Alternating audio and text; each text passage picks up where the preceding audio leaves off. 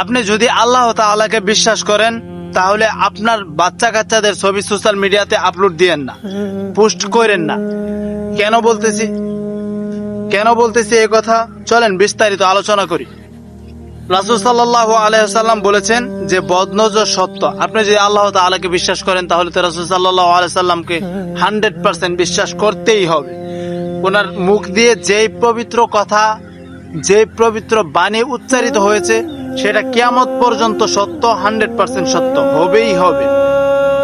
এখন রাসূল সাল্লাল্লাহু আলাইহি ওয়াসাল্লাম বলেছেন বদনজর সত্য। এই যে আপনার সোনামণির ফটো আপনি ফেসবুকে বা অন্যান্য প্ল্যাটফর্মে আপলোড দিলেন, এখন সবাই যে সেই ছবি দেখে মাশাআল্লাহ আলহামদুলিল্লাহ বলে একদম উল্টাই ফেলবো বিষয়টা এমন না। এমনও তো হতে পারে যে আপনার একজন দিনী ভাই, তার 10 বছর যাবৎ সন্তান হচ্ছে না, তার কি এই যে সন্তান না হওয়ার আফসোসটা মনের মধ্যে নাই? অবশ্যই আছে। যখন আপনার সোনামণিকে তখন ফেসবুকে দেখবে তখন তার একটা আফসোসের নজর আপনার সোনামণির দিকে আসবে। আপনি তো সেইটা আশা করেন নাই, আপনি তো ওই যে মারহাবা মাশাআল্লাহ এইগুলো কমেন্ট বক্সে আশা করছিলেন।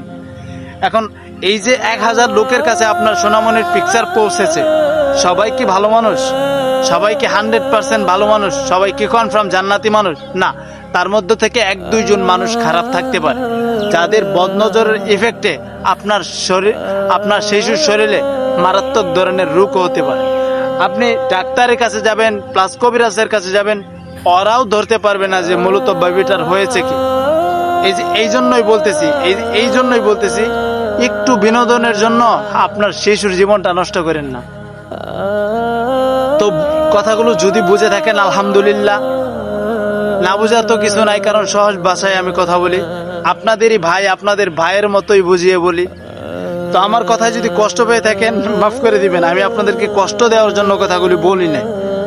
তো সতর্ক থাকবেন। আমি যখন থেকে এই বিষয়টা জানতে পেরেছি তখন থেকে যতদূর সম্ভব আমার যেগুলো বাচ্চা কাচ্চাদের পিকচার ছিল আপলোড করা প্রাইভেট করে ফেলেছি, এবং কি তারপর থেকে যদি প্রয়োজন পড়ে, একান্তই প্রয়োজন তাইলে দেই, তারপরে আবার সঙ্গে সঙ্গে চেষ্টা করি সেটাকে প্রাইভেট করে ফেলার। এই তো সবাই ভালো থাকবেন। ভিডিওটি এ পর্যন্ত ছিল। আসসালামু আলাইকুম ওয়া রাহমাতুল্লাহ।